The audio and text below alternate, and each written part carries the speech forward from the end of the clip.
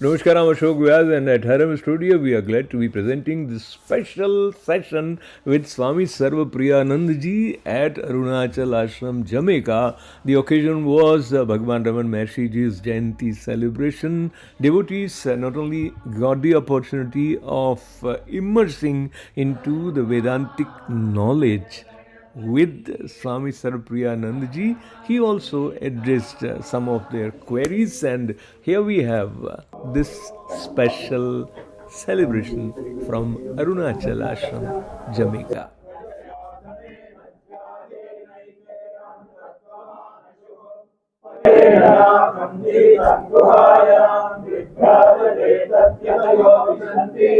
वेदांत विज्ञान सुनिश्चितार्था संन्यास योगात्मने शुद्ध सत्त्वाः ते ब्रह्मलोके तु परान्तकाले परामृतात्मविमुच्यन्ति सर्वे दशरं विपापं परमेश्वरभूतं यत्पुण्डरीकं पुरवध्यसग्रस्थम् तत्राविकर्णं गगनं विशोकस्तस्मिन् निरन्तस्तदुपासितव्यम् यो वेदादौ स्वरप्रोक्तो वेदान्ते च प्रतिष्ठितः तस्य प्रकृतिलीनस्य यः परस्य महेश्वरः அருணாச்சலவரகேற்ற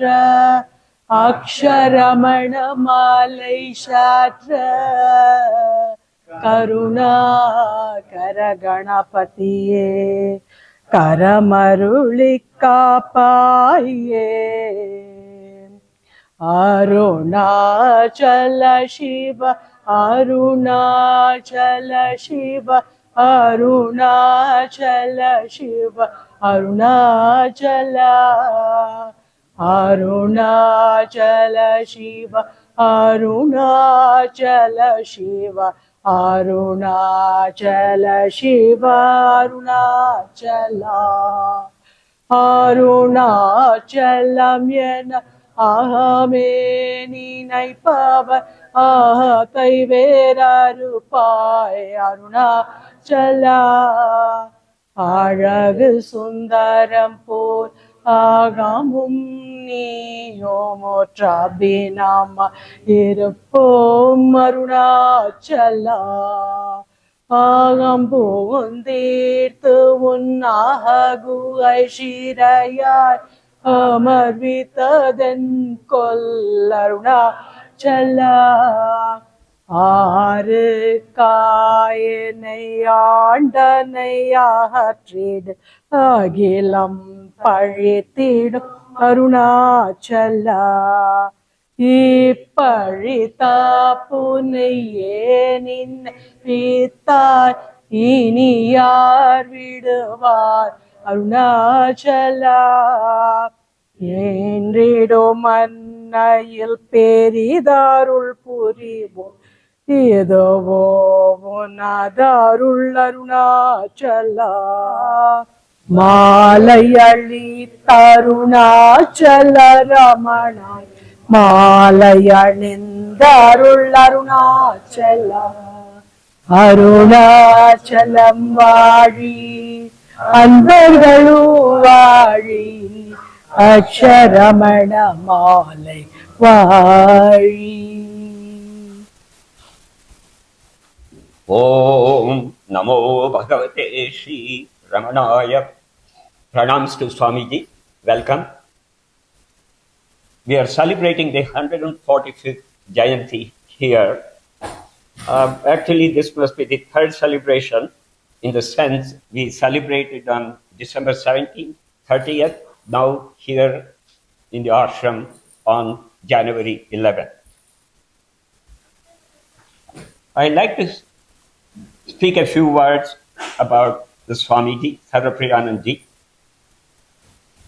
Probably we all know so very well that through the social media like YouTube, Facebook, probably I don't know, Spotify, I don't have an account.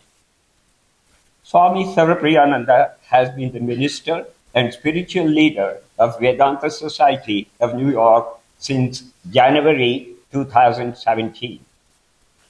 He joined the Ramakrishna Mutt in 1994 and received the sannyasa in 2004. He served as an acharya of the Monastic Probationers Training Center at Belur Math, India. He also served in various capacities in different educational institutes of the Ramakrishna Mission in India and as the Assistant Minister of the Vedanta Society of Southern California. During 2019 and 20, he was a Nagral Fellow at the Harvard Divine School. Swami Sarvapriyananda is a well-known speaker on Vedanta, and his talks are extremely popular globally via the internet. He has been a speaker on various prestigious forums like TED, SAND, Google Talk, etc., apart from the YouTube. He has also been invited to speak at several universities across the world, including Harvard University. The Swamiji has engaged in dialogue with many eminent thinkers all over the world. He has played a prominent role in organizing and participating in various interfaith panels and seminars, including speaking at the World Parliament of Religions in Toronto in 2018 and at the United Nations headquarters in New York. Swamiji has been always extremely graceful to us. Even last September, he spoke at the September 30th for the 100th anniversary celebration of Sri Ramana Ashram. He came first to the ashram in 2017, and he has made subsequently, whenever we have called him for global satsang, virtually also, he has participated, and it is such a pleasure, and we are so blessed to welcome Swami Sarvapriyananda. He will now speak and also take the question and answer at the end of the talk. Om Namo Bhagavate Sri Ramana. Om Asato Ma Sadgamaya Tamaso Ma Jyotirgamaya Mrityurma Amritam Gamaya. Om Shanti Shanti Shanti. Om, lead us from the unreal to the real. Lead us from darkness unto light. Lead us from death to immortality. Om, peace, peace, peace. Om Namo Bhagavate Ramana. Dear Mohanji, dear friends, thank you for inviting me back here amongst you again. I have this strong sense of homecoming. When you come to Bhagwan Ramana, you have this sense of homecoming, and it is not surprising. The reason being, Bhagwan Ramana is the embodiment, is the manifestation of our own self, of the Atman, of the Pratyagatman, our own inner self. So whenever you come to Ramana, you're coming back to yourself. And if those who can feel it, they're very fortunate. I was reading yesterday this wonderful collection by Sri Muruganar of Bhagwan Ramana's teachings, which is published under the collection. The title is called Padamalai. It is in his English edition is available. David Godman has nicely translated. I don't know if he translated, but he edited it definitely and enriched it with a lot of footnotes and quotations and all that. Yesterday I was reading it, and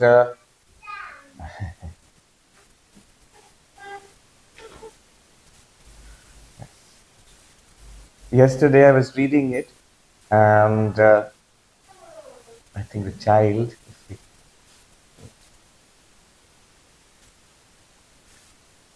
Yeah, I'm sorry. You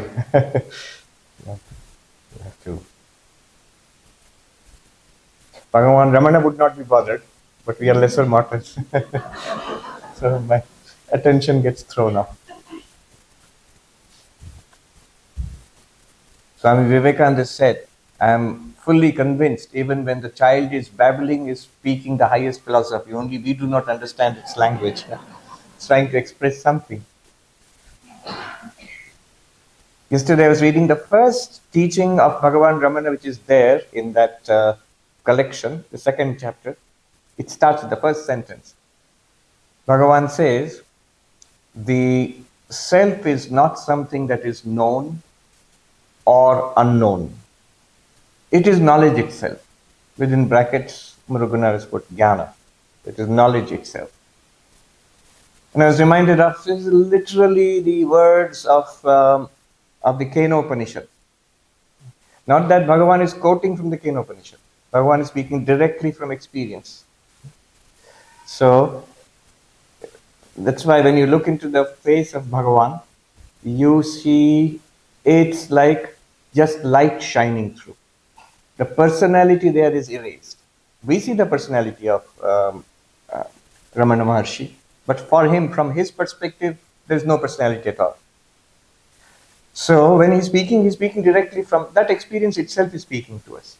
And he's telling us our own self, his teaching of find out who you are, the central teaching, that is not something to be known. It is also not something unknown. It is knowledge itself.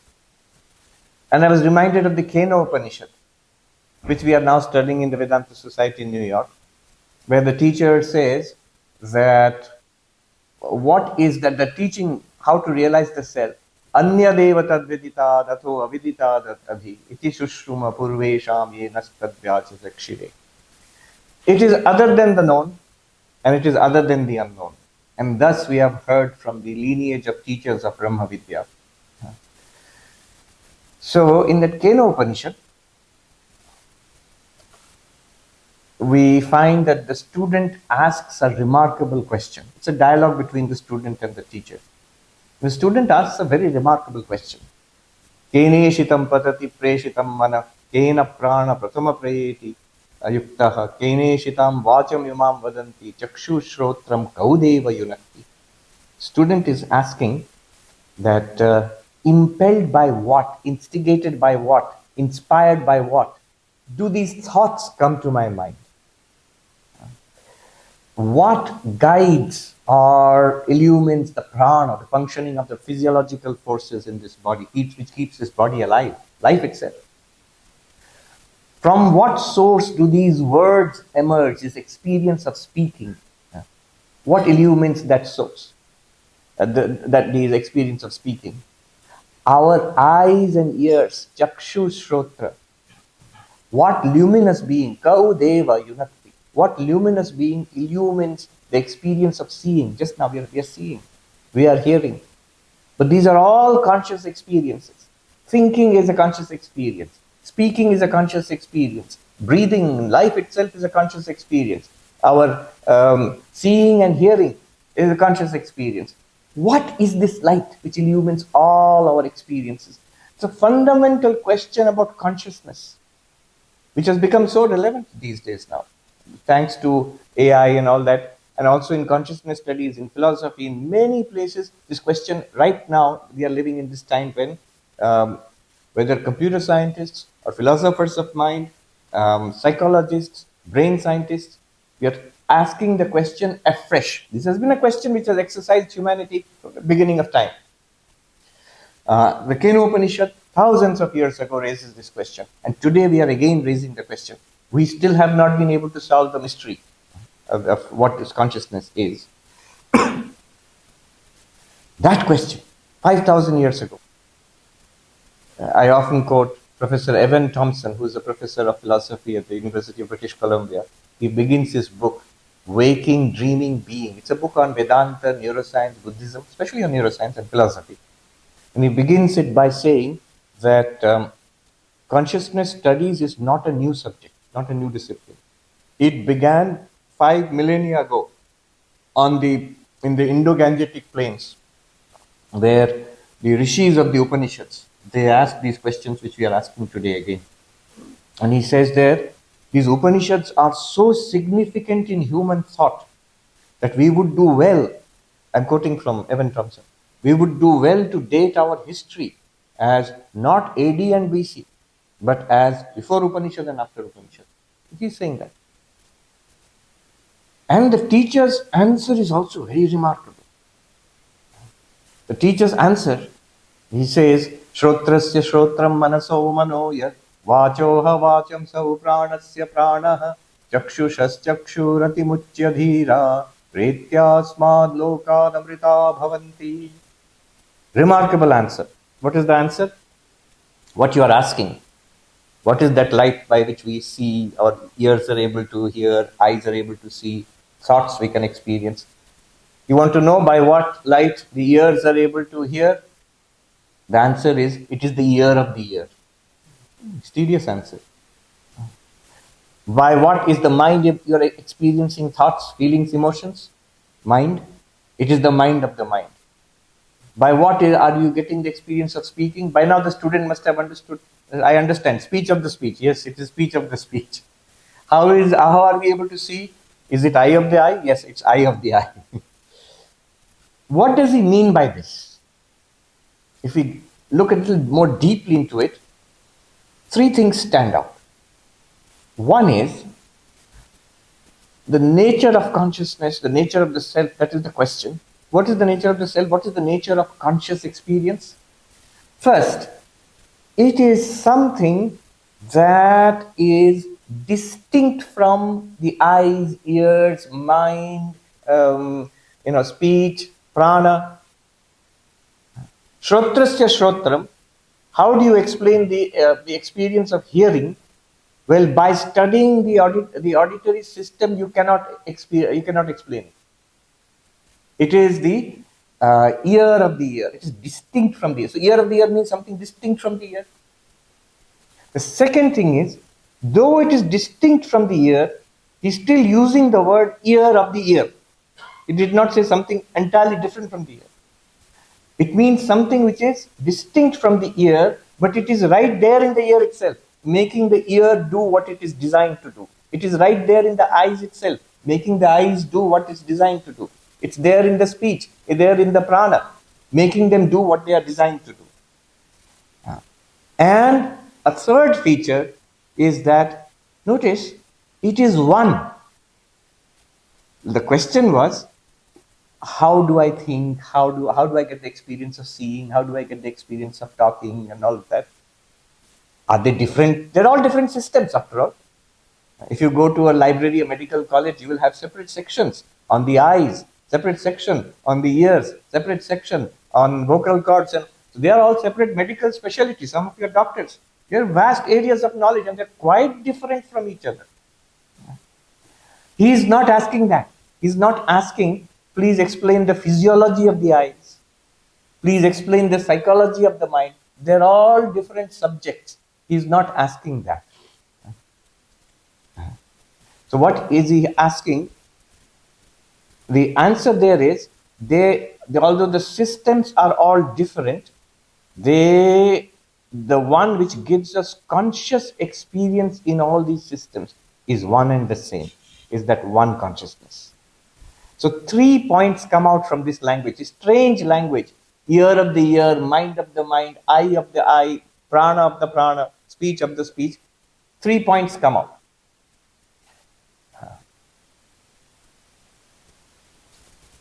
Can you settle down, baby?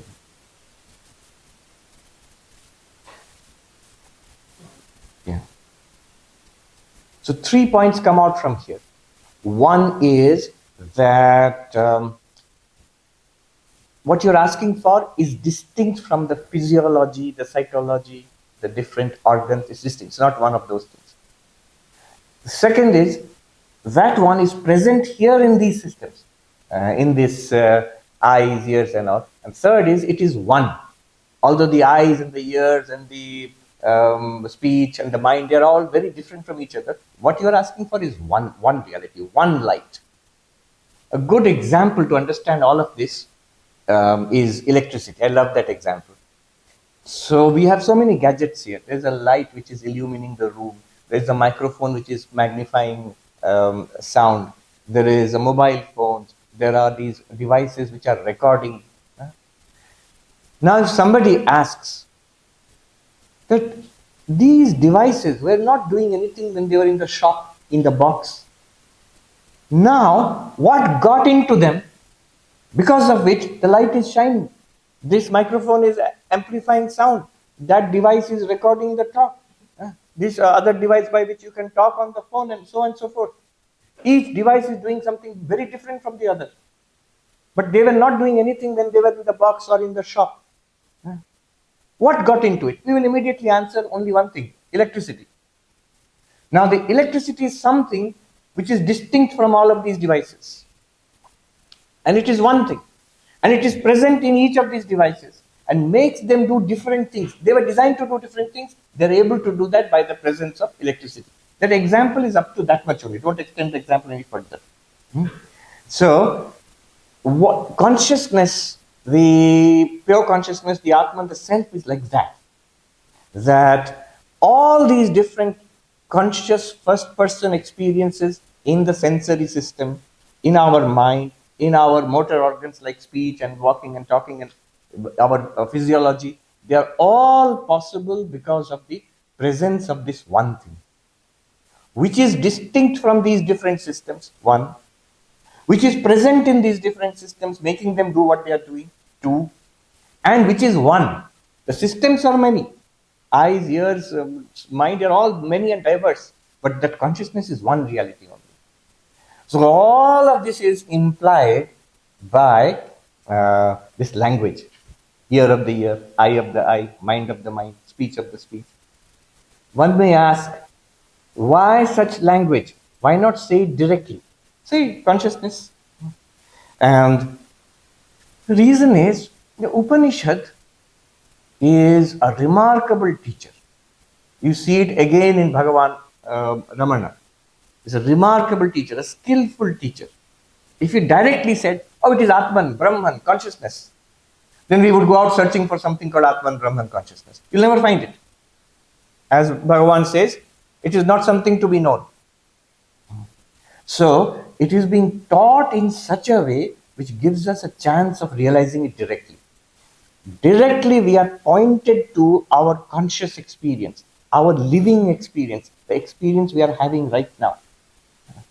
And from that, a way is given to trace it back to who we are, our real nature. That is the skill of the Upanishad. And then the Upanishad goes on to say, if you realize this, then what will happen? Pretya asmat lokad amrita bhavanti. Atimuchya dhira. The phrase used is, those wise ones, those patient ones, those qualified seekers. Atimuchya is a very nice, very interesting word. It means they are freed, where while being here, in this body, in this life, in these activities, in the midst of the world, in the midst of seeing, hearing, talking, smelling, breathing, thinking, in the midst of that, you're free of all of this, you remain as pure consciousness only. So, and it says, Pretya asmat lokad amrita bhavanti, which has two meanings. It means that thus realizing yourself as pure consciousness, you transcend the bodily existence, you transcend the mental existence in two ways. One is, while the body is alive, you realize, I am not the body, I am not the mind, I am the witness consciousness. This is called Jivan Mukti, living like that. The most powerful demonstration of which was Bhagwan Ramana. And when the body goes away, that also, Pretya asmat lokat means giving up the body. That is called Kaivalya Mukti or Videha Mukti. Freedom, the bodiless freedom. So the whole of Vedanta is taught in this phrase, this mantra. Ear of the ear, eye of the eye, mind of the mind, speech of the speech. The one transcends this bodily mental existence while realizing, when you realize your pure consciousness. Thus, the result will be Jivan Mukti while the body is alive and Videha Mukti when the body falls away. The whole of the teaching is given here. And naturally, the student is very eager. How do I realize it? Please show me this Atman, pure consciousness. And the teacher says dramatically, I don't know. I can't show you. He says, "Na tatra vaggacchati, na chakshur gacchati, no manaha, na vidmo, na vijanimo, yathaita anushishyat." The teacher says to the student, I cannot explain it because words cannot capture it. Because words require certain characteristics. Language requires certain characteristics. So linguistic use cannot capture the essence of the Atman. What is being taught here cannot be adequately expressed in language. Whatever you say will be wrong, will not be quite correct. Even this Upanishadic saying, that's also, it shows why this elliptical use of language is there. Not directly saying it. If you say it directly, guaranteed misunderstanding.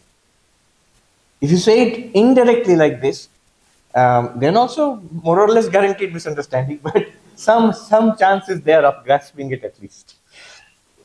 Na vaggacchati. Na chakshur gacchati.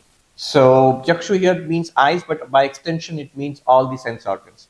So this Atman, the self, it cannot be seen. Why not? Because it does not have a form. To see, you need a form. It cannot be heard. Why not? Because it does not have shabda, sound. It cannot be tasted. It cannot be touched. It cannot be smelled. So the sense organs cannot objectify consciousness. Language cannot objectify consciousness. Mind, we feel consciousness in the mind? No. What we feel are thoughts, emotions, ideas, which are objects to consciousness. So the mind also cannot objectify consciousness. And therefore, na vidmo na vijanimo yathaita anushishyat. We do not, we the teachers, he says, we the masters, we do not know it. It's a careful use of the term. We do not know it means we understand. We do not know it as an object. He is alerting, the master is alerting the student, flagging this thing that when you say realization of the self, enlightenment, it's not that you know the self like you know this table or you know that person out there or you see the sky. Not in that sense. It cannot be done. Nor do we know any method by which you can become enlightened. Any others can teach? No. As a student is of course disappointed. So why are we sitting here in Ramana Ashram on a perfectly good Saturday morning if you say now that you cannot become enlightened? No, you can become enlightened. But there, the special teaching which the teacher will give, I will see exactly what Bhagwan Ramana begins. The first thing that Muruganar has chosen in the Padamalai. What is that teaching? The teacher says, Anyadeva tadviditat atho aviditadadhi iti shushrumapur vesham yenas tadvyacha chakshire. It is other than the known, other than the unknown. And this is how the ancient teachers of Brahma Jnana, Brahma Vidya have taught. So this is the lineage of teaching. And it has passed down to us. We are transmitting it to you. Let's see if it works. You become enlightened or not. It is other than the known. Why it is other than the known? Because what is knowledge after all? Knowledge is something that we see or hear or smell. And right now what we are doing, this is knowledge. Something that we speak about or read. Language, can it be captured by language? That is knowledge. Sanskrit is a very powerful medium for philosophy. But even Sanskrit cannot capture it. Today we have mathematics. Powerful language in science which can express many things very precisely. But mathematics, language of mathematics, also a language that cannot capture it. Language cannot capture it. Linguistic use cannot express the Atman. Mentally, can we think of the Atman? Can we conceive? After all, we are. Right now, we are all trying. We are all trying to get it, understand it, conceive of it mentally. No. Have you conceived of it? Have you got clarity? Have you understood it? Yes. What you have understood is wrong. Why? Why? Because whatever we understand or we do not understand, all the activities of the mind right now are being illumined, are lit up, so to say, by that same light. But that light cannot be objectified by the mind. All thoughts are presented to you, the consciousness. But no thought can objectify that consciousness. If you have a light, a torchlight, a flashlight, in America it's a flashlight. With that flashlight, you can illumine everything in a dark room. But if somebody says, illumine the flashlight itself by that light? You can't. If you turn it around, the flashlight is behind it then. So the Atman, consciousness, it cannot objectify itself. Everything else is an object to it. So it says, the teacher says, Bhagwan Ramana says, the Atman, the self, which you are supposed to know. See what a difficult position is putting us in. Find out who you are. Know yourself. So all right, I will try, but you cannot know yourself. So it is not an object. Therefore, anya devatad viditad. This whole universe can be divided. Whole universe can be divided into two. What we know and what we do not know. Right now, what do we know? Whatever we are seeing and hearing right now, we know that. And in our minds, there is memory, there is some knowledge which we have studied, there is some general awareness. That's our knowledge, that's what we know. And we are surrounded by a vast sea of the unknown. So many things we do not know. We don't know what's outside there. What's going on in the garden there itself, we don't know right now. So there is a whole range of the unknown. The whole universe for us is known and unknown. Now this Atman, this consciousness, this self which you are asking, is it known? He says no. Oh, I see. So it is unknown. What is unknown? We can know it afterwards. We can try to know it. He says no, it's not even unknown. It is other than the known, it's other than the unknown. You can broaden the scope of this answer. Instead of the known and the unknown, you can make it whatever is known and knowable. There are many things in this universe which we don't know, but they are knowable. In the garden, what's happening there, we don't know, but we can go out and see. Then we will know. So there is the whole range of things which are knowable. And there is something which is unknowable. In mathematics, right here, there was this great mathematician, Gödel. Gödel's incompleteness theorem, there he said famously that there are theorems which are true, but you cannot prove it to be true. The proof you cannot know whether it can be proved or not. So that is in the realm of unknowability in mathematics. There is a school here in Manhattan. It's called the college. It's called the New School. A few years ago, there was a seminar, workshop, which they held. It was called, the theme was very interesting. Unknowability. So unknowability in physics, unknowability in mathematics, unknowability in history, unknowability in literature. Very interesting.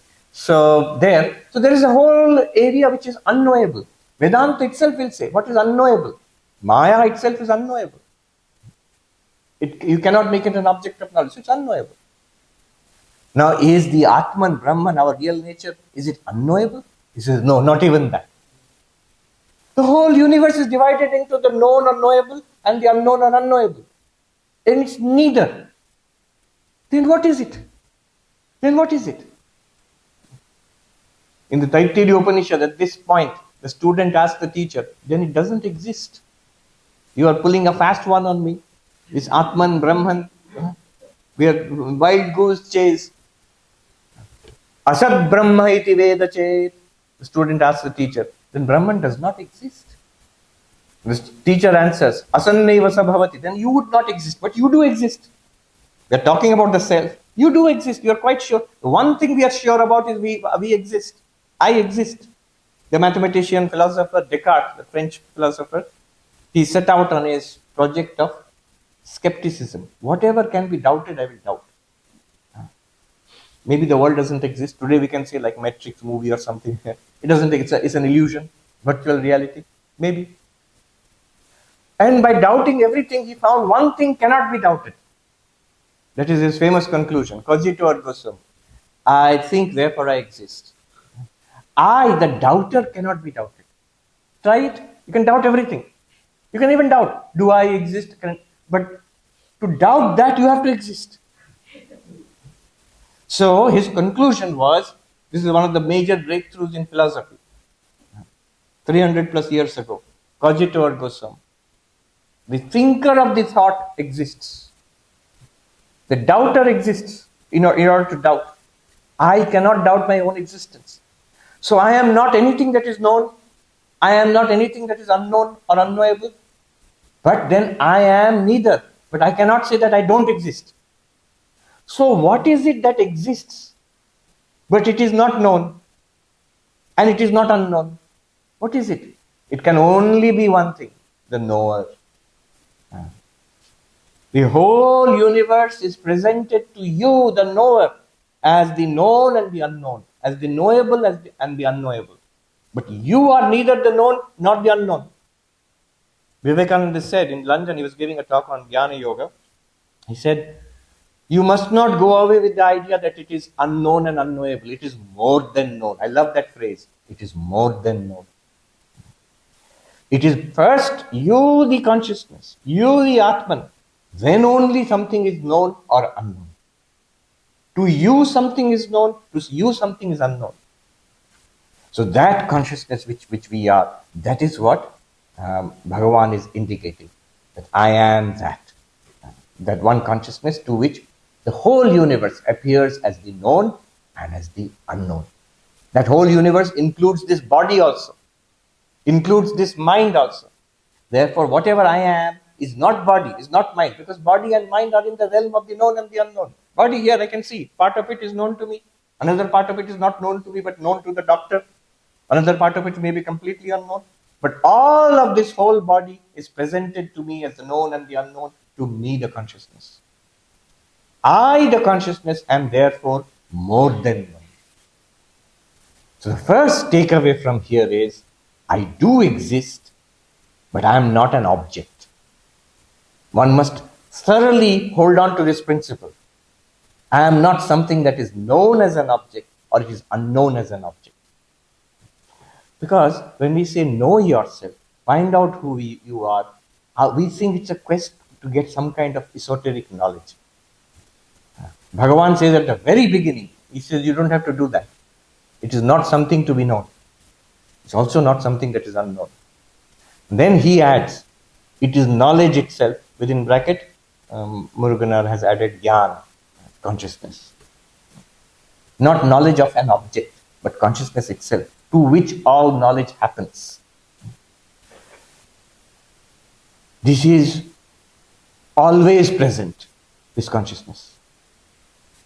Whenever we are experiencing anything at all, whenever we are seeing, we are hearing, right now, you are seeing, you are hearing, thinking, feeling. Whenever we have any kind of conscious experience, the consciousness is present. When we see many things, but consciousness is constant there, because I am conscious of seeing many things. We hear many things, consciousness is present. We smell, we taste. See, seeing, hearing, smelling, tasting, touching, they are all so different from each other. But consciousness is constant to all of us.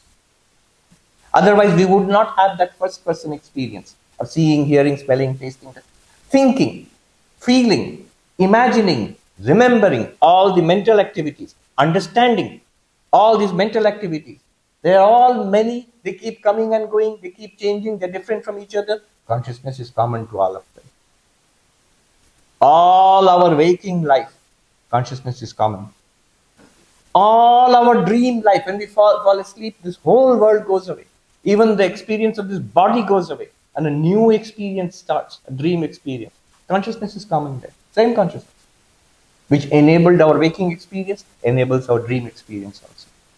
In deep sleep, when everything is erased, only absence, consciousness is not absence. It is not the absence of experience, it's an experience of absence. There's an amazing thing to know about deep sleep. One sadhu said in the Himalayas, "Ye aapki jagrat swapna to halki fulki avastha hai Mahatma ji, asli gambhir avastha hai sushupti." Your waking and dreaming are superficial states. The really serious state, profound state is deep sleep. It's just the opposite of way we think. We think the really important state is this waking. This is where we are in the real world. And dream is, all right, something to be analyzed and told to our psychoanalyst. And deep sleep is nothing. And that monk says just the opposite. Because when you erase every knowable and the blankness, if that is also an experience, what does that tell you about yourself? In the absence of all so-called quote-unquote conscious experience, you are still conscious of the absence. So, it is continuously present. And it is present in the physical, in the subtle, in the causal. Sthula Sukshma Karana. Therefore, not only it is present, everything else undergoes change. This consciousness does not undergo change. These are all things to not only ponder about, but also notice in our lives. All change is in the object, not in the pure subject. I'm using my words very carefully. Pure subject, I'm saying. Because otherwise, our idea of the subject is a very mixed bag.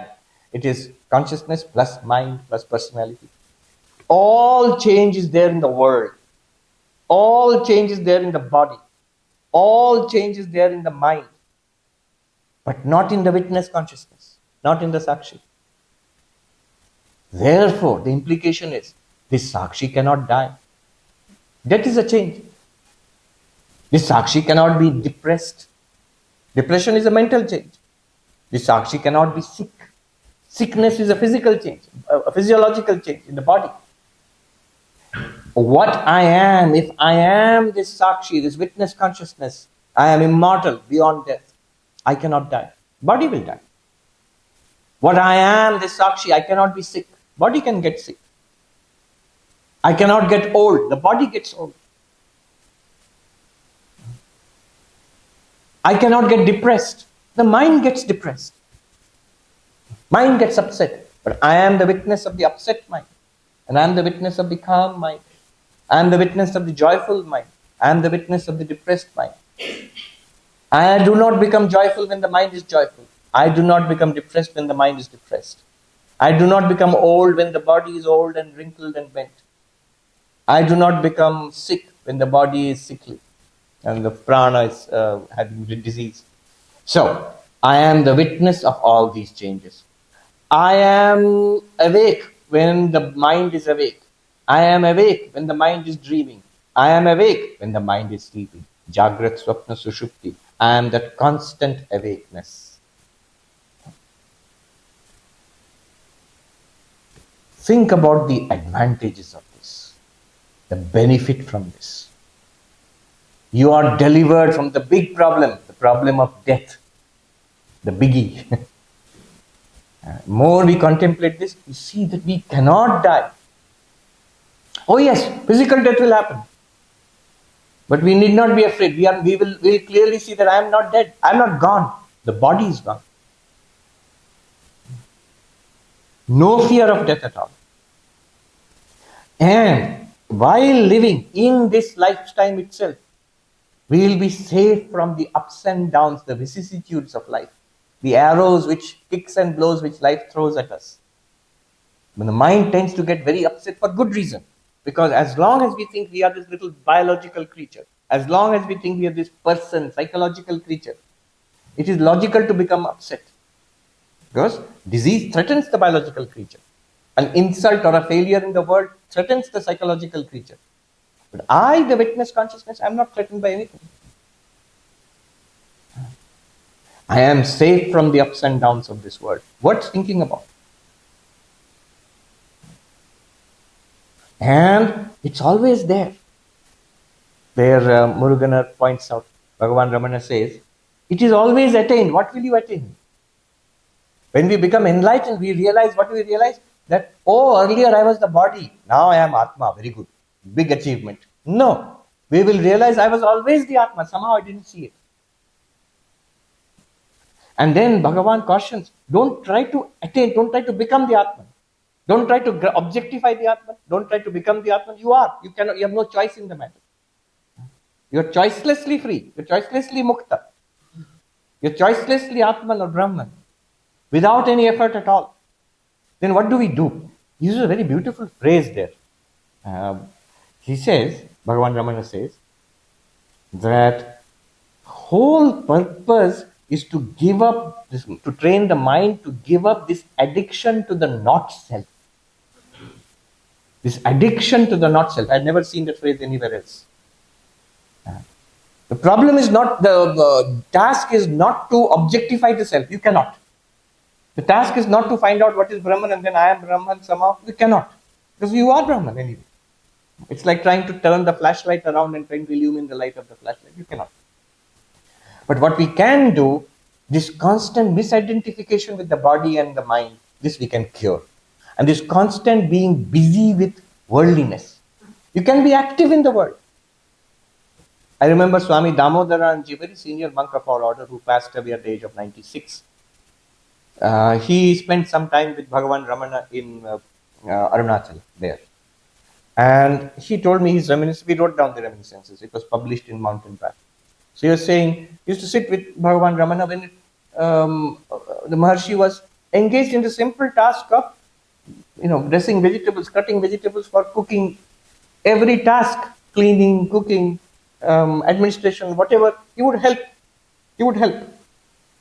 He would be quite practical in day-to-day activities.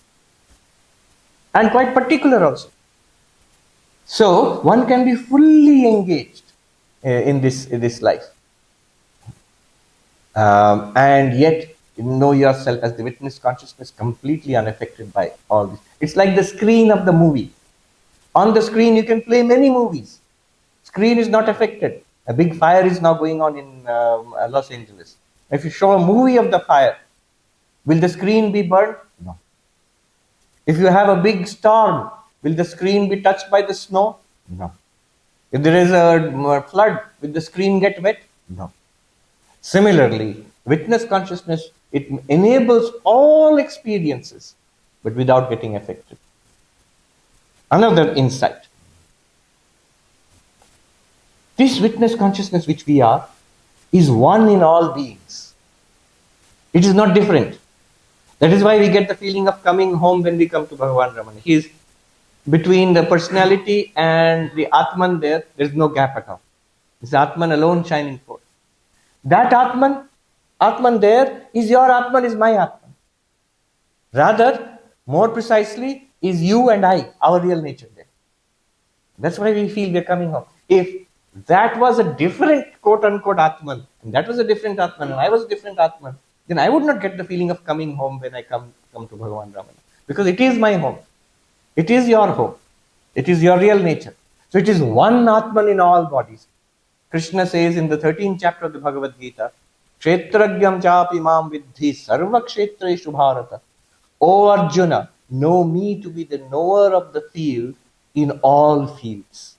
In all these, the bodies are different fields. In all these fields, there is a sentient being, the knower of the field.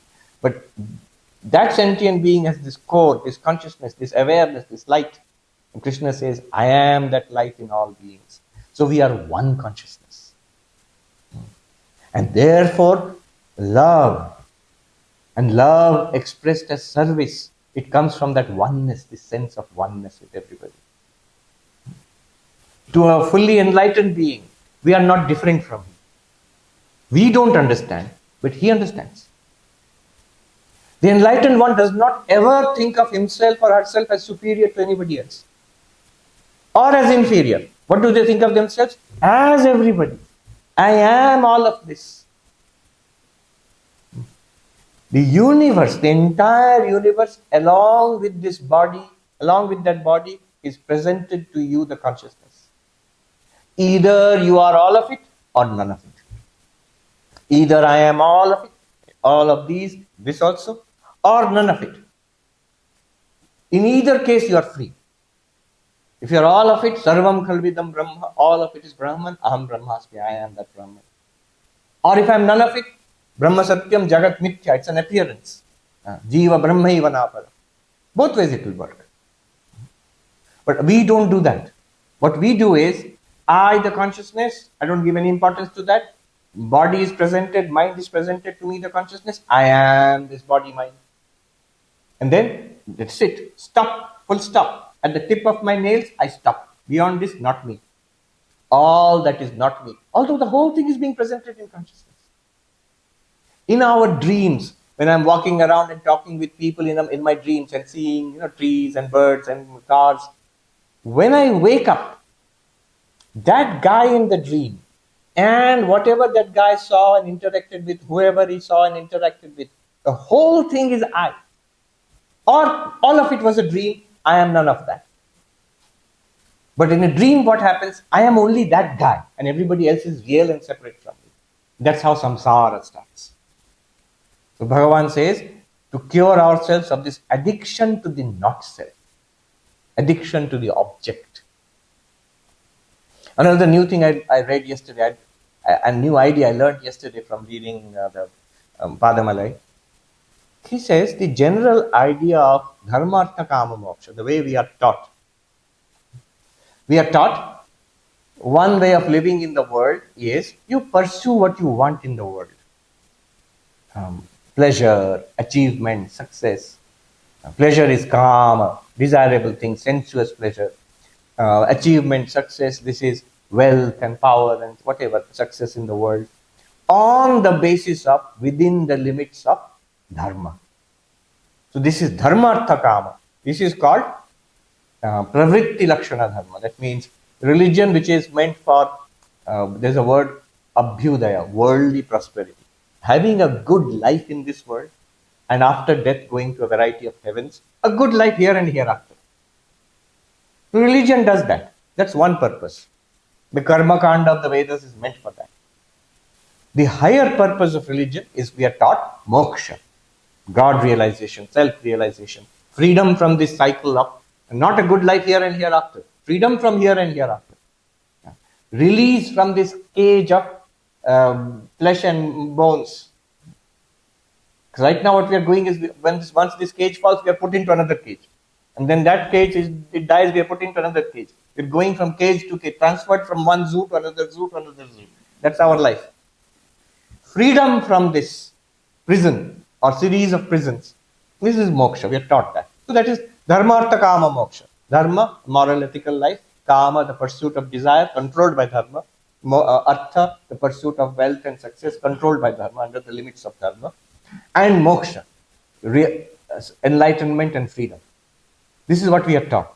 But now, Muruganar notes, what Bhagwan Ramana says, the real moksha, real artha, real kama, real dharma, all of them are that self, the Atman consciousness. What is the really desirable thing? The Atman. Upanishad also says, Atma kama, the real desire, what we are actually looking for. And it's true. When we are looking for pleasure, searching for pleasure, we are always duped. No one, lifetime after lifetime in the search for happiness and pleasure, no one can claim, I have found the unending source, limitless source of happiness and I am fully satisfied. No one can claim except. It is possible, except the enlightened one. So, the real pleasure is that enlightenment which gives you access to your real nature, Atman, which is Ananda itself. Real Artha, the real acquisition in this world is the self, the Atman, which we seem to have forgotten by our ignorance. So, Artha is acquisition, wealth. The real wealth is that. Krishna says in Bhagavad Gita, Yang labdva na chaparam labham manyate tatovadhikam. Having attained which, acquired which, one does not think there is anything higher to be acquired. That is real artha. And dharma, real morality, real ethics. What should you really do to be a really, really good person? Realize God. And moksha, of course. Moksha is literally possible only if you have self-realization. So that is a new formulation of dharmartha kama moksha, which I read just yesterday. Bhagwan Ramana has just put it, one sentence he has put it out there. I have run out of time, but I think I said more or less covered the whole ground. So I'll do a peace chant, then we'll open it up for questions and interaction. Om Shanti Shanti Shanti Hari Om Tat Sat Shri Ramakrishna Pranamastu. I pray by the grace of Bhagavan, may this self-knowledge, which is our spiritual birthright, our heritage, may it dawn upon us in this very lifetime. I was just mentioning yesterday in the Gita class, dialogue between two monks which I heard in the lecture. Very senior monks. They both are leaders of their own sampradaya. So one of the senior monks, he was talking to the other and others were sitting and listening.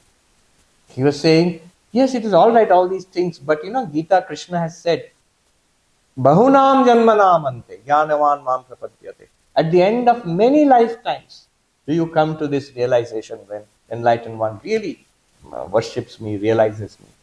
So it takes many lifetimes. That's what we also are taught. The other monk replied in great excitement and joy. I'll tell you in Hindi what he said and translate. Yahi wo janma hai Mahatma ji, yahi wo janma hai, aakhri janma yahi hai. Yes, that final life in which you will realize, this is that life, this is that life. Don't think at the end of many lifetimes I will realize. No, this is that life. I will realize here. By the grace of God, what is not possible? Bhagwan Ramana himself realized in a split second as a teenager. It is possible instantly. Sri Ramakrishna said, somebody was saying, I have committed many sins. He said, that's a mountain of cotton. So what if you have committed many sins? It's a mountain of cotton. When the fire of self-realization comes, one matchstick enough to send the whole mountain burning up in a trice. What of that? In this life itself, by their grace, not by our effort, by their grace, we will realize. Certainly it is possible. I have no doubt about it at all. We just have to want it, and they will, by their grace, and wait for their grace, and they will give it. Questions? First, I will encourage all of us, including myself, let's get into the habit of saying the Atman, when we say the Atman is attributeless, let's also understand always within ourselves, we should say, I am without any attributes. Atman literally means I. It's a very good practice. Often the mind plays a trick. I understand my Atman is pure consciousness. No. My Atman is not like my kidney or my lungs or my liver. I am the Atman. So I understand I am pure consciousness. I understand I have no attributes. Let's talk in that way, or at least think in that way. Now your question is, but you're saying Ananda, bliss, great joy, and especially we see in the lives of the enlightened ones, actual joy, you see? In the face, there is joy radiating through, limitless joy. It's a shanta, this Ananda is a shanta, it's not excitement. This is the joy of the Atman, this Ananda. You see, this is the embodiment, what it looks like. Do they feel the joy? Yes. Do they feel great joy? Yes. But isn't it an attribute? Yes. But remember, this Ananda has two aspects. One is the Atman itself, which has no attribute at all. It is that very limitlessness of the attributeless Atman, which when reflected in the pure mind, Sattvika mind, gives rise to great joy, ecstasy. Again, I was reading yesterday, Muruganar, he writes, somebody asked Bhagavan. So this trembling, hair standing on the end, tears coming to the eyes. So these characteristics, he says, those are not directly related to the self. They are related to the Sattvic mind of the sadhaka. When the self is realized, or when you have an intuition, some kind of breakthrough, then these things will be there. They may be there, more may be there, less may be there, they may not be there. That depends on the mind of the sadhaka. Here one must not have any doubt that, so there will be no joy. Our real problem is we want joy. So will joy be there or not? No doubt at all. There will be great joy. Unmatched joy, unparalleled joy. But technically, that feeling of joy which we have, the feeling of bliss which we have, is an expression of the mind. It's definitely a quality, it's an attribute. Any attribute can come and go, can increase and decrease. So this joy, it increases and decreases, it comes and goes, but it is a reflection of the real nature of the Atman. That Ananda, as Satchidananda, that Ananda, that is not an attribute. That is also not a feeling of joy. That is not something that increases or decreases. That is not something, it's like this. I'm quoting this from a very beautiful Marathi verse from the Sant Gyaneshwar, 13th century, great enlightened master. So a yogi, very old yogi, according to the legends, he was a 1400-year-old yogi. Let's say not so old, but anyway, very old. When he heard of the young boy, Sant Gyaneshwar, who is enlightened, he had some questions. He said, this is a chance for me to meet this person who is fully enlightened. So he thought, I'd write the question and send it to him for answers. Then he thought, he got tangled up in his mind that, What should I do? Do I do pranam salutations to him? But he's a teenager. I am a very senior yogi. But then on the other hand, should I send blessings? That does not sound right. He's enlightened. I am not enlightened yet. How can I give blessings to him? In this confusion, he sent the letter blank. He forgot to write the question. Sant Gyaneshwar understood the state of the mind of the yogi. He's a very advanced, great yogi. Changadev. So he wrote back 65 verses. This is called in Sanskrit, and I mean in the original Marathi, it's called Changadev Pashashti. 65 in Marathi, old Marathi, 13th century. Recently it has been translated by one of our monks, Swami Pitambaranji, in the English, beautiful English translation, word by word translation, whole verse. So our Abhijit, who is here, Jyoti, they worked on the translation. And thanks to them, I got a copy of that book. It is written that, so since they worked for the translation, I am thanking you for putting me in touch with them. That Swami wrote to me and sent me a copy. In that book, one of the verses is a very beautiful verse. It's a well-known example of pratibimba, of reflection, which is often used in Vedanta. But the way in which Gyaneshwar uses it, Sant Gyaneshwar uses it, that is unique. He says this: when you stand in front of a mirror, your face is reflected in the mirror. Right? Now that face which is reflected in the mirror, it is called a reflection. And you, the original face, now gets a new name. In Sanskrit, the terms are very precise. Bimba pratibimba. The face in the mirror is the reflection. And reflection of what? What is the reflected face? This one. This one is the reflected face, and the face in the mirror, one in the mirror is the reflection of this face.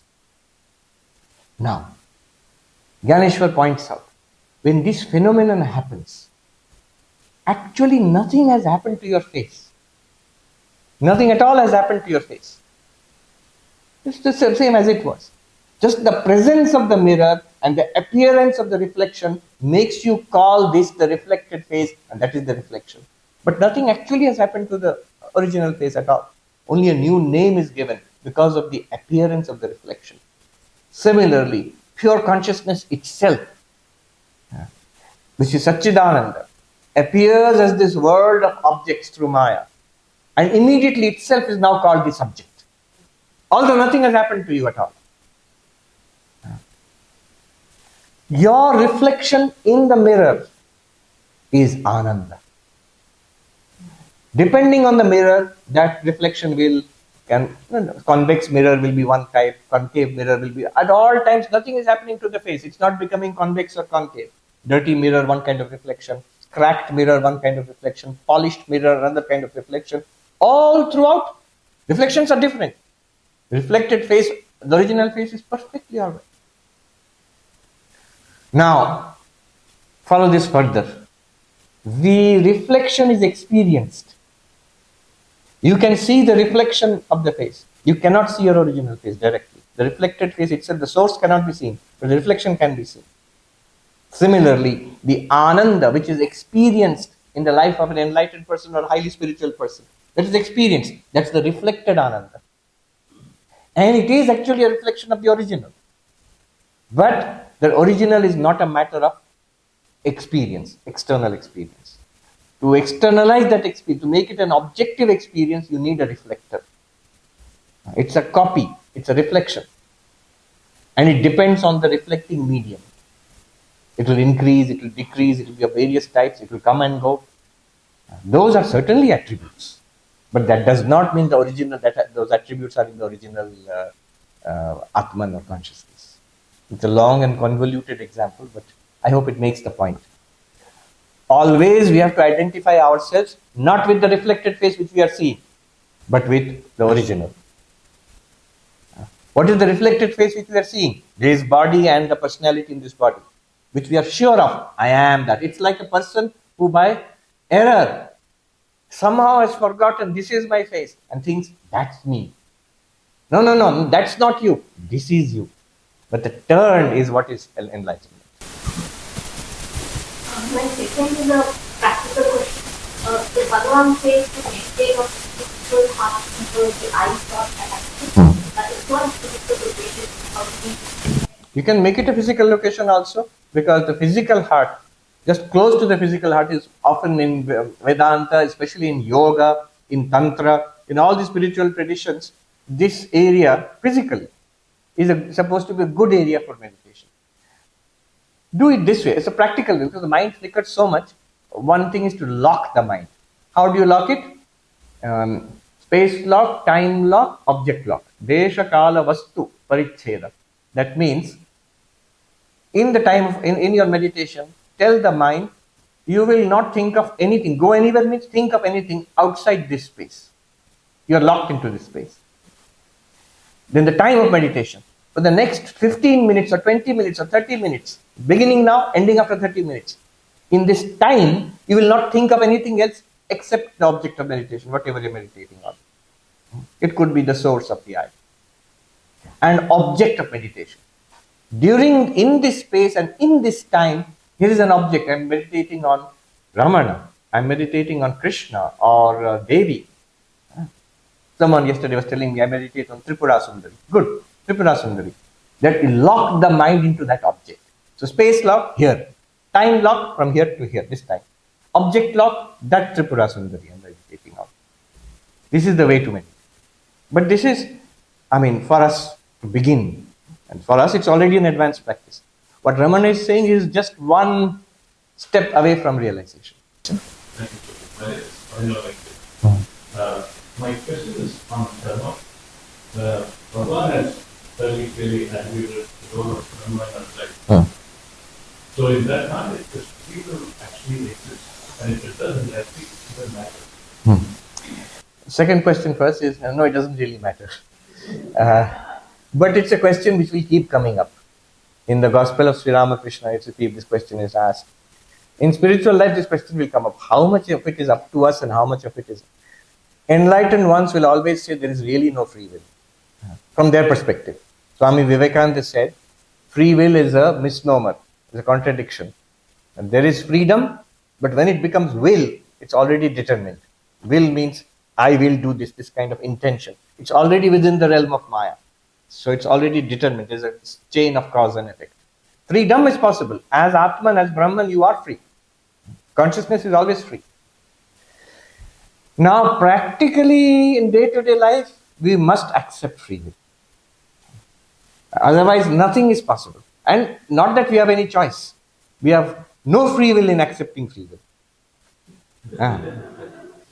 Suppose you try, all right, now I'm convinced we have no free will. I will act as if I have no free will. And there also you're accepting free will. I will act in this way. No, we have no free will in that regard, that we have to accept free will. Imagine, everything in society is predicated upon human free will. That you came here today to listen to this talk. Why is that talk? Why is the information sent to you? So that you can decide whether to come or not. If you had no freedom, there's no use of telling you. You would come or you would not come. Now, consumer choice. Huge amounts are spent on advertisement, billions of dollars and all that. Why?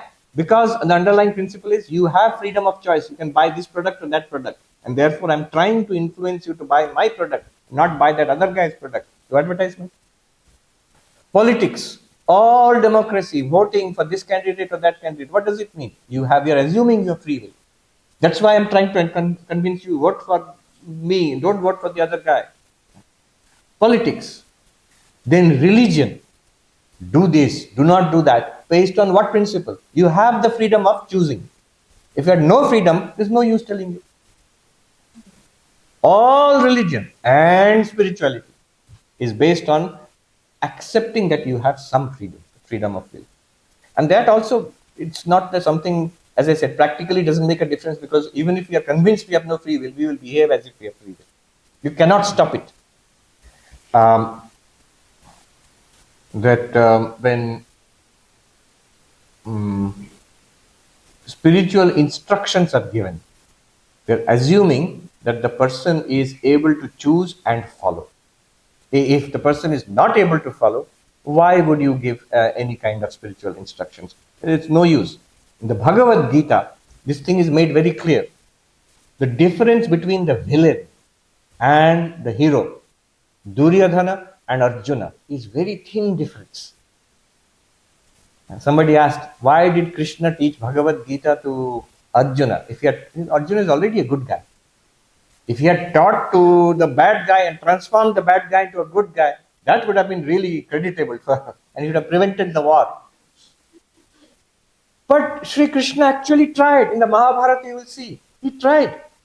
First thing he tried was to teach Duryodhana, but it didn't take. The teaching was not assimilated, was not accepted at all. What was Duryodhana's argument? His argument was, don't teach me this. Janami dharmam nachame pravritti. Janami adharmam nachame nivritti. You don't have to teach me what is right and wrong. You're telling me what you're doing is very wrong. Give the land to the Pandavas. That is the right thing to do, dharma. Don't teach me what is dharma and adharma, because I know. Then he says something very poignant, very perceptive. Duryodhana, my problem is not that I do not know what is dharma and adharma. I know what is dharma. I don't feel like doing it. I know what is adharma. I'm doing wrong. I know. You don't have to tell me. But my problem is not that. I can't stop myself from doing it. I want to do it. Why? The question will be why? Why don't you feel like doing what is good? Why can't you stop yourself from doing what is wrong? He says, Kenapi devena hridisthitena yatha niyojito asmi tatha karomi. By some power, some deity, some force in my heart, as I am impelled to do, I do. I can't stop it. I can't control myself. That is such a beautiful description of the human condition. We know philosophy, we know religion, we know morality, we know ethics. Sometimes we follow, sometimes we don't. What is the difference between sadhaka and ordinary person?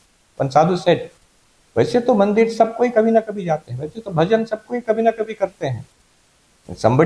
People go to the temple once in a while, everybody does it. Listening to devotional songs, chanting, everybody does it once in a while. But what is the difference between us and the sadhaka, spiritual seeker, practitioner? That sadhu said, the sadhaka is one who will do what is, he says, anukula, what will take you to God realization, consistently keep doing that. What will take you away from God realization, consistently avoid it. We don't have that consistency. That's what is the problem. Now, what did Duryodhana say basically? To put it simply, he said, I don't have free will in this regard. I can't change. So no use teaching me. If you teach me, you need me to change. I can't change. He refused. Therefore, Krishna stopped. Krishna is a master teacher.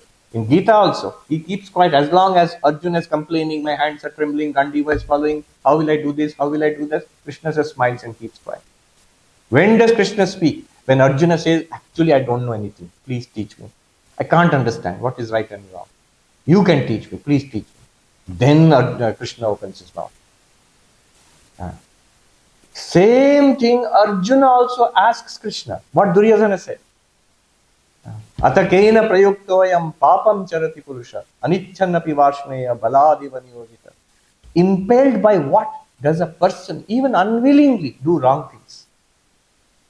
I want to be a good person, but once in a while I make mistakes. I do the wrong thing. I say the wrong thing, I behave in the wrong way. I think wrong things. Why? He asked this question. Notice the difference. Duryodhana gave an answer, didn't ask a question. He said, there is some force. Arjuna says, why? How can I change this? Then Krishna says, the Rajoguna, that is this Kamaesha, Krodhaesha, Rajoguna Samudbhava, Mahashano, Mahapapma, Vidhi Vairinam Nesha. That anger and lust, born of Rajas, this is the great enemy and especially the enemy of the sadhaka, the spiritual seeker. And how to control that, how to transmute that, how to go towards God realization, all that Krishna teaches. But on the crucial one, turned on this one point, do you accept your free will? Are you ready to change or not? If you're ready to change, all of this will work. Not ready to change, none of it will work. And so there also, I'm not consistently ready to change. I'm ready right now. You've told me I'm energized, But afterwards, I will again become like this. Doesn't matter. As long as we are willing to change. We may fall down several times. I was listening to a lecture on power, the three types we talking about. The one that's caused by nature, the second type is caused by things that are surrounding, the third one is caused by disease. And looking at near the real world next to me, I find that the sorrow that's caused by pain and suffering and disease is the one that causes the most frustration, and I find that those people are the ones who remove themselves away from the source more. They identify themselves so much with the body that they say, oh, I'm always going to sick, I'm always going to sick. And that can happen to anybody, even So how do you support such people and how do you handle themselves in this? First of all, one must practice spiritual disciplines long before that problem comes. When the problem has come with a serious sickness and pain in the body, then you start being spiritual, it will not work. It's very difficult then. By some great grace it may work, but mostly it will not work. Unless I have practiced earlier, unless I have had some interest earlier. At that moment, one sadhu said, it's like when your house is on fire, you start digging a well to get water. It's too late. So in our lives and in the lives of others, we must have a spiritual quest. You may do it in this self-inquiry way Bhagavan has taught, or you may do it as a bhakta, you may do it in whichever way. Some serious spiritual quest must be there. Then that becomes ours. Now what does that do? In times of disease, of loss, of shock, of chronic illness. In old age, many chronic problems come. Acute is it comes and goes, but chronic it will stay. Now how will you deal with that? Chronic pain, and chronic feeling unwell, all of these things, physical problems. Kabir Das, that very well-known doha is there, that dukh mein sumire sab koi, sukh mein sumire na koi. No, just the opposite. No, it's the opposite. It's the opposite. सुख में Sumire सब कोई, दुख में Sumire न कोई. जो सुख में सुमिरन करे उसको दुख काहे को है. दुख में सुमिरे सब कोई. In sorrow, everybody remembers God, in the sense that people pray to God when they are in trouble. But when everything is going well, people don't pray to God. But when everything is going well, if you start praying at that time, if you have a connection with God, then why will you have sorrow? Now, there's a very subtle point here. One Swami drew the attention to this. One lady, she asked this question. Actually, for me, the problem is opposite. When things are going well, I am interested in spiritual life. When things are difficult, physical problem, some household problem, some kind of crisis comes up, then I don't feel like, Vedanta, meditation, prayer, I don't feel like that. In sorrow, I don't feel like it. Although Kabir Das says, in sorrow, everybody remembers. In joy, everybody forgets. But in times of joy, if you remember, then why will sorrow come to you? Dukh kahe ko hoy. So this lady says, my problem is the opposite. When things are going well, I am interested in spirituality. It's only when things are tough, problems come, then I forget. That Swami made a very perceptive observation. He said, no, this is not possible. When you say that I am interested in spiritual life in times of joy, in times of happiness, when things are comfortable and smooth, then I am enjoying spiritual life. You are not enjoying spiritual life. You are enjoying the comfortable and smooth conditions. So when those go away, the comfortable and smooth conditions go away, problems come, physical, relationship, financial, then my attention immediately goes there. Because my joy was coming from those comfortable conditions. Not from my japa, not from my chanting, not from my meditation, not from my Vedanta. That was not the source of my joy. The joy was, things are nice in this world. The moment the things change, the joy has gone. And the interest in spiritual life also goes away at that point. Now the thing is, he says, this is the recommendation. When things are going well, at that time, practice seriously and see internally that my peace comes from my meditation. My joy, my sense of security, my inner bliss, it comes from my Vedanta, from my self-inquiry. from this whole spiritual teaching and practice. That's the source of my joy. When things are going well now outside, so when those things outside change, I will still have this. More I will catch hold of. Because now outside there is no help outside. Only God is my help. Only my spiritual practices is the source of joy. That is the meaning of Kabir Das. He says, Usko dukh kahe ko hoye. He says, why will that person have sorrow? It's not that the spiritual seeker will not have sorrow. We see in the lives of spiritual seekers, they have many sorrows. Many problems come. By our prarabdha karma, problems will keep coming one after another. So, what Kabir Das means is, if your joy, your peace, your security is from your spiritual practice, in the midst of difficult circumstances also, that spiritual practice will keep giving you meaning in life, strength in life, peace in life. So the outside circumstances, dukh kahe ko hoy means dukh will come, but it will not affect you internally. Then in the times of joy, in the times of sorrow, that source of peace and joy and security is constant because it is internal, it is spiritual, it's not dependent on external world. Should we wrap up? We have. Yes, the gentleman at the back. The Ramana has three levels in his teachings. Vrishti is created and we see it. Vrishti is seen, and then by the seeing it's created an achata. None of that. But in this Vrishti, and then he said the ritual seeker should go to Vrishti. So that's like it's a dream. You see and you create. So all this now is a dream. You are a dream. All what you said is just a dream. And for you, I am a dream. And that's a little bit confusing. Yeah. Notice that one thing is not a dream. That consciousness which is experiencing, that sentience, that awareness which is experiencing the dream, that cannot be a dream. You, the experiencer of the dream, you cannot be a dream. To yourself. Try dismissing yourself as a dream, you cannot. You will always be the remainder. When you have dismissed the world, you have dismissed all beings, when you have dismissed your own body, even your thoughts as a dream, you will still remain as the witness of that dismissal. Nisheda avadhi, that's a Sanskrit word, the limit of negation. You yourself, that consciousness is the limit of negation. You cannot dismiss yourself. Everything else can be seen as a dream.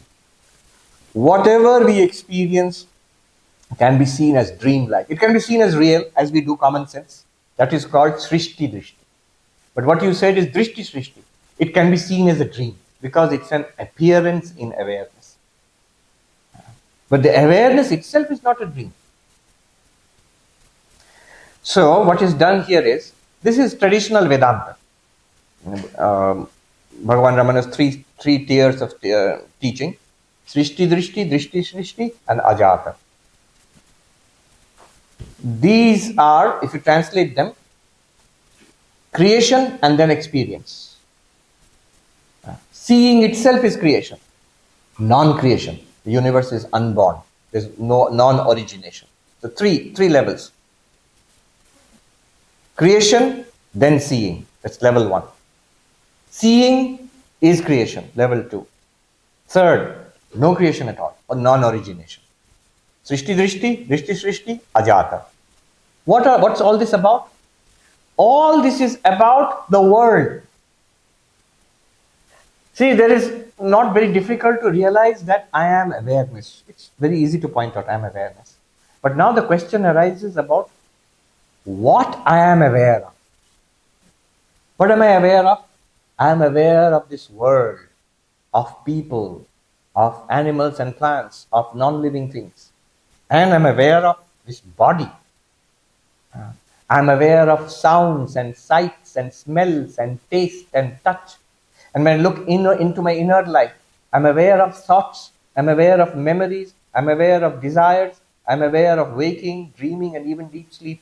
It's all that I'm aware of. This is called the world. Jagat. And this world itself has 3 levels. One is a physical level, this one. Physical. The other one is the subtle level. Internally, in each of our minds, thoughts, emotions, ideas, memories are there, sukshma. And beyond all of that is a seed level called karana, from which all of these are emerging. Now, what is this world? Advaita has three ways of dealing with it. Remember, the central teaching of Advaita remains constant, that you are pure consciousness. That's constant.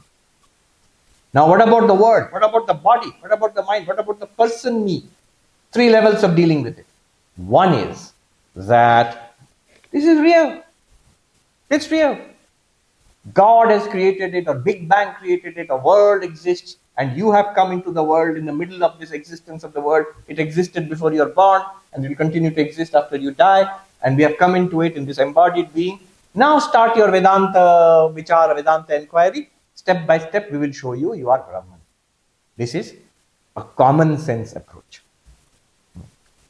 This is most acceptable, because this is how we ordinarily think. We don't ordinarily think the world is a dream. We ordinarily think the world is real. And this is real, this is real. Dreams are different. This is a real waking world. So, taking the common man's perspective as the starting point, if you teach Vedanta, that is called Srishti Drishtivada. The procedure based on first God or Big Bang or whatever created the universe, and then we are seeing it. The world exists even if you don't see it. Common sense. And that's most acceptable. And that's how most of the acharyas have taught. Even most of the commentaries of Shankaracharya are all based on this common sense approach. Otherwise, people will not be able to grasp it. Now, higher than this, why higher I will tell you, but higher than this is a second level. Don't treat this world as if it exists apart from you, as if it exists independently from you, as if it exists prior to you. Rather, treat this world as a dream. The things in the dream, the people in the dream, the objects in the dream, the activities and actions, events in the dream, they have no existence apart from the dream. So you have pizza in the dream. Now you can't say it's time to wake up, let me put the pizza in the fridge and tomorrow when I dream I will come and eat the pizza. You cannot. The moment you wake up, the fridge, pizza, everything is gone. Because it all existed only in the dream. It was an appearance in the dream. The moment the dreaming stopped, it has no existence apart from you, the dreamer. Now, Drishti Srishti Vada, seeing is creation. It asks us to do this mighty task. Can you regard the waking world as a dream? I am aware, this world is appearing in my awareness, and this world has no existence apart from my awareness. Apart from me, the awareness. It's an appearance in awareness. It's not a separate, independent, existing entity which I thereafter go on to become aware of. No. It's an appearance in awareness. What is this awareness? I am the awareness. Like a dream. Dream is the example. That is called Drishti Srishti Vada. A lot of Bhagwan Ramana's teachings are from that perspective. It's an advanced perspective. Why? Because the path to realization is much faster there, much more direct. But why is it more advanced? Why is it that not common? In fact, Madhusudan Saraswati in one place, in a commentary on called Siddhanta Bindu, on Shankaracharya's Dashashloki, he says, Mukhya Siddhanta, Drishti Srishti Vada is the main teaching of Advaita Vedanta. Is actually mainstream. That's what Advaita wants to base itself on. But for easier communication, if you just start by saying the world is a dream, not many takers will say your teaching is a dream. Like you said, you are a dream, your teaching is a dream. It's difficult. Who can do it? Who can do it? It requires great vairagya and purity of mind. What gives reality to this world? What gives reality to this world? We give reality to this world. Why do we give reality to this world? Because of our desires. We want this world to be real. I've seen a lot of resistance. Here I can say openly, because this is a Ramana Ashram. I've seen in other circumstances, in other gatherings, more general gatherings, there's always a kind of resistance to the Advaitic teaching, world is false. Brahma Satyam Jagat Mithya. There's a resistance. Why do you say the world is false? I don't say anything there, but my inner question is, what is your objection? Suppose the world is false. Why does it upset you so much? I'm not saying you are false. I'm saying you are Brahman, you are infinite. We want the world to be real. Even our sufferings also, we want it to be real. But mainly because of our desires. If the world is not real, then our desires are also not real. Who desires things in the movie? In the movie, many attractive things are shown. We may even be attracted to it, but we're not seriously, because we know it's just a picture. We don't take it seriously. Many terrifying things may be shown, horror movie, but we are not scared by it, because we know it's a picture. For the sake of the movie, we may be scared for a moment, but we will all applaud. Oh, wonderful, wow, wow, wow. What a nice movie, give Oscar. Because we know it's not real. World will not tempt you, will not terrify you if you regard it as a dream. Seriously, if you regard it as a dream. You will be saved from temptation and terror. Now, a counter was proposed once to me that, no, even if we regard the world as unreal, like a dream, a person may now say that, I can do anything now, it's a dream, it's not real. All immoral things also a person may do, because I'll just say it is not real. So there's an example of a sadhu who came to Sri Ramakrishna, who was telling lies. And Sri Ramakrishna asked him, you're a sadhu, why are you telling lies? And sadhu said, come, I will explain to you. You see, this world itself is a lie. You say, Jagat Mithya, Maya. Why you are catching my lie on that? No, there is a mistake in that. That person does not regard the world as unreal. That sadhu does not regard the world as a dream. If we regard, why do we do wrong things? Think about it. Because of temptation or terror. Either we are afraid, if I tell the truth, then some harm will come to me. Or we are attracted. If I tell the truth, then I will not get what I want in this world. In both cases, I regard the harm as real, or I regard the gain as real. I regard the world as real. That's only if you truly regard the world as real, then you immoral things. Even a person who says, it's all Maya, so I can do whatever I like. But that do whatever I like means you don't regard it as Maya. You regard it as real. Now you're using that Maya theory as an excuse only. So, who can do the Drishti Shrishti Vada? It is the one who has a pure mind, who has a strong will, and who can regard the world as a dream. Great Vairagya, dispassion. I don't care. My only goal is self-realization. I am Brahman. What do I care about this world of 2 days? It will be gone tomorrow. Why should I care? Nothing of this world can scratch me. So, that is the requirement. But then Drishti Shrishti Vada works very quickly, takes you to enlightenment. We have to be careful there. Shankaracharya, most of his commentaries are from Srishti Drishti Vada perspective. I asked Gaudapada, Mandukya Karika, most of his approach is Drishti Srishti Vada, the opposite. And Ajata Vada, that will come later. I asked one monk there about God's perceived difference between Gaudapada and Shankara. Both of them teach Brahman, non-dual Brahman. You are Brahman, that's the central teaching. But about the world, they seem to have a difference. Shankara takes a practical, Vyavaharika Satyam. This world is a practical reality, relative reality. And Gaudapada seems to dismiss it as a dream, this world. Or even Ajata, we'll see. So that sadhu said to me that Shankaracharya to Jagat Guru the na. He's a world teacher. That's why he has to pull everyone along. He cannot start by saying world is a dream. Most people will walk away. Goodbye. I'm not interested. Start where I am. Good teacher will start where I am. I regard the world as real. Can you teach me Advaita if I regard the world as real? Yes. Come to Srishti Drishti Vada.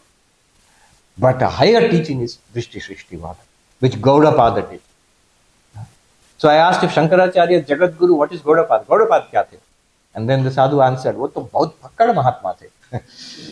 In the Himalayas, the bhakkad Mahatma means a person who does not care, who is desperate, who has tremendous dispassion, who does not care even for the existence, whether the body lives or dies, does not care.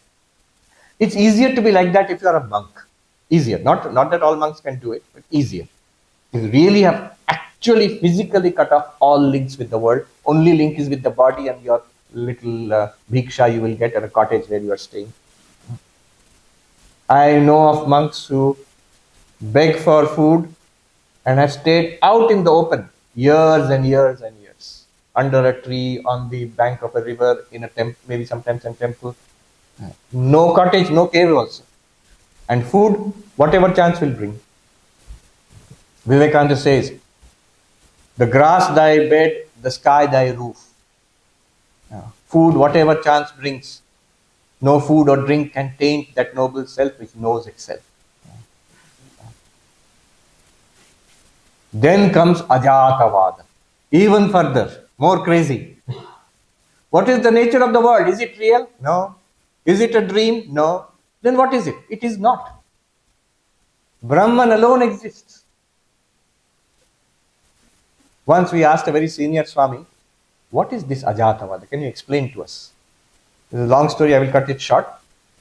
So the senior Swami, Swami Mumukshanandaji, was passed away now. Wonderful old Swami. So a philosopher was there. He had many doubts. So someone said to him, so that Swami has come, you can ask all your doubts. He'll clear up your doubts. So the philosopher said, Swami, what is the practice of Ajatavada? The theory of non-origination. Remember, this is the final step. In Srishti Drishti, in Drishti Srishti, in Ajatavada, everywhere it is the same teaching. You are Brahman. That's constant. Not that by Ajatavada you will get some superior, improved Brahman plus plus, latest version, upgraded. No. Realization will be the same. Only the way of dealing with the world, the procedure is different. In Ajatavada, it's straight away, one step. In Srishti Srishtivada, it's 2 steps. And this Srishti Srishtivada, it's 3 steps. So, he was asked that what is the practice of Ajatavada, non-origination? And he told a story. He says, suppose there is a child who grew up in the forest and who has never seen furniture. So his father says, I will show him what is furniture, and takes him to the village, to the headman's house, who is well-to-do, who has nice furniture in his house. And then he says to the child, boy, see, this is table. This is a chair. And the boy looks and says, where is the table? Where is the chair? I just see wood. Yeah, wood. If you tell me this is a lectern, Swami, where is the lectern? This is wood. No, this is lectern. How is this a lectern? Which part of it is the lectern? Is this part lectern, but this is wood? Is this part the lectern? This is wood. Is that part the lectern? That is wood. Where is the lectern apart from the wood? Show me. Other than the wood, if you say this is lectern, this is mobile. I can understand. It's mobile. This is lectern. But show me the lectern here, the table here apart from the wood. You cannot. The table is a name and a form and a function. Nama, Rupa, Vyavahara. And the boy saw the reality, which is wood, wood, wood. Now the enlightened one sees Brahman, only Brahman. When you say, but what about the world? He'll say, what world? Where is the world? While seeing the world, he'll say, where is the world? Everything, his attention is entirely on Brahman, on being in that presence. So that is Ajatavada. The way to understand this, one good way, is waking, dreaming, deep sleep. Take the waking paradigm, explain Advaita, it becomes Srishti Drishtivada. Take the dream paradigm, explain Advaita, it becomes Drishti Srishtivada. Take the deep sleep paradigm, explain Advaita, it becomes Ajatavada, non-origination. Thank you for that very good but very deep question. Shall we wrap up now? I am the knower of this body. Yes. I am the same knower of the several bodies around me. On a Vyavaharika, how do you, because you have to transact with the people around you, how do you deal with Duryodhanas and Dushasana? Okay. 2 things. One subtle philosophical point and then a practical point. 2 points. One is, notice what you said. As I am the knower in this body, so you are telling me I am the knower in all these bodies. Not the knower. Knowers are many. As many bodies and minds, so many knowers. But the consciousness is one in all of them. The consciousness apart from the knower. In Sanskrit, these terms are very precise. Sakshi Pramata. Pramata is knower. How many pramatas? As many bodies. See, right now we are all sitting. Each one of us has a different perspective because we are different position we are sitting. So the knowers, your knowledge, your way of seeing this hall is different from his way of seeing. And that's different from her way of seeing, that's different from my way of seeing. We are all different pramatas, but we are not different consciousness. So the pramata, knower, and the consciousness are different. The consciousness illumines the mind and becomes a knower or functions as a knower. It's like in a barber shop you sit and then you're surrounded by a hairdressing salon, you're surrounded by mirrors. You will see dozen, 100 reflections of your face. One real face, 100 reflections. Those pramatas are like those reflections. The real face is like consciousness. So that's one important philosophical point. So that's why it explains. Suppose someone might ask, if we are all one knower, why can I know the contents of my mind, but I can't know the content of your mind? Because the knower is different, but consciousness is the same.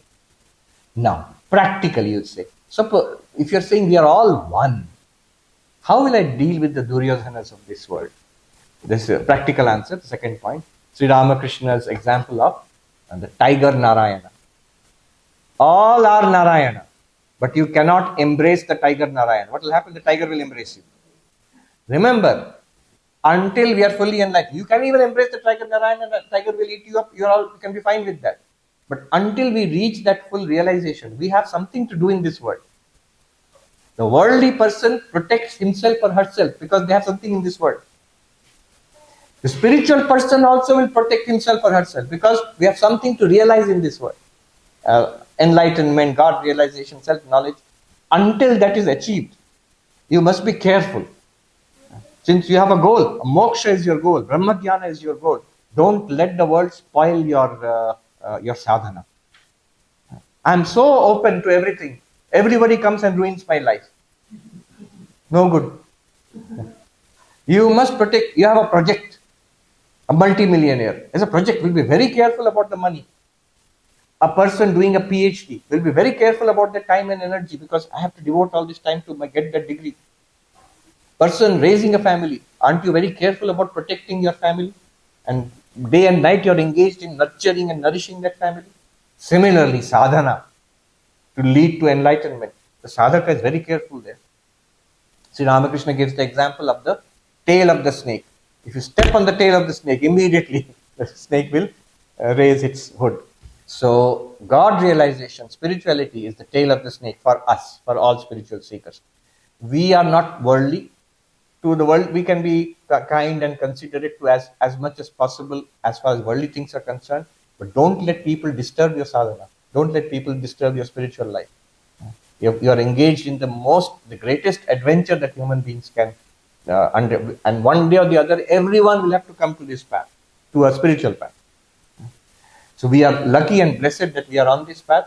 Let us take it very seriously, as seriously as Sri Ramakrishna says, the rich man about, the miserly man about his wealth, how miserly they are. Then the loving spouse about their husband and wife, how loving they are. And the parent, intense attraction to the young child, how careful they are. Combine all three. The spiritual person should be like that, about spirituality, about God realization. Thank you. Thank you so much. Pranam Swamiji. Thank you very much. I don't know how to even say, and I always say, no, but I have to say one thing about the humility and the humbleness of Swamiji, which apart from all he talks about Vedanta and other things, is the humility. I always say, you need not know Swami Sarvapriyananda even to speak to him. You need not know, you just speak to him, he will speak to everybody in the same way. That is the greatness. And I hope and pray that you will come back again and enlighten us about all the Vedantic teachings going further. Thank you and Pranam Swami.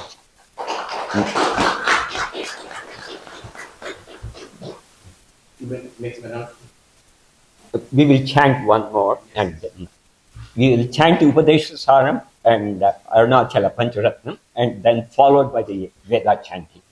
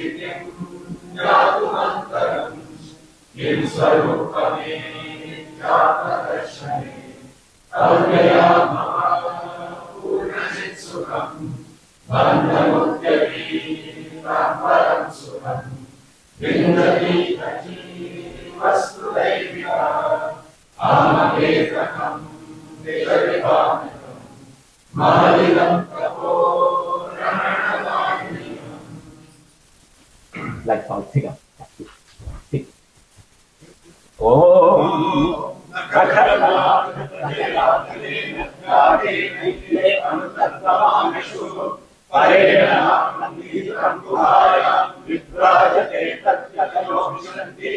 Vedanta निश्चितार्था संन्यासयोगा यतयः शुद्धसत्त्वाः ते ब्रह्मलोके परान्तकाले परामृतात् परिमुच्यन्ति सर्वे अहं विपाकं परमेते स्वरूपं यत्पुण्डरीकं पुरास्य सत्यसम् तद्गामिरतं गगनं किशोरस्तस्मिन्ननन्दस्वरूपं यो वेदातं स्वरप्रोक्तो वेदान्ते च प्रतिष्ठितः तस्य प्रकृतिः तस्य परस्य महेश्वरः Shanti, Shanti. And that sense of oneness brings natural outpouring of love and a sense of pure joy, which was palpable here at Arunachal Ashram today. Sharing glimpses of this event, I'm Ashok Vyas.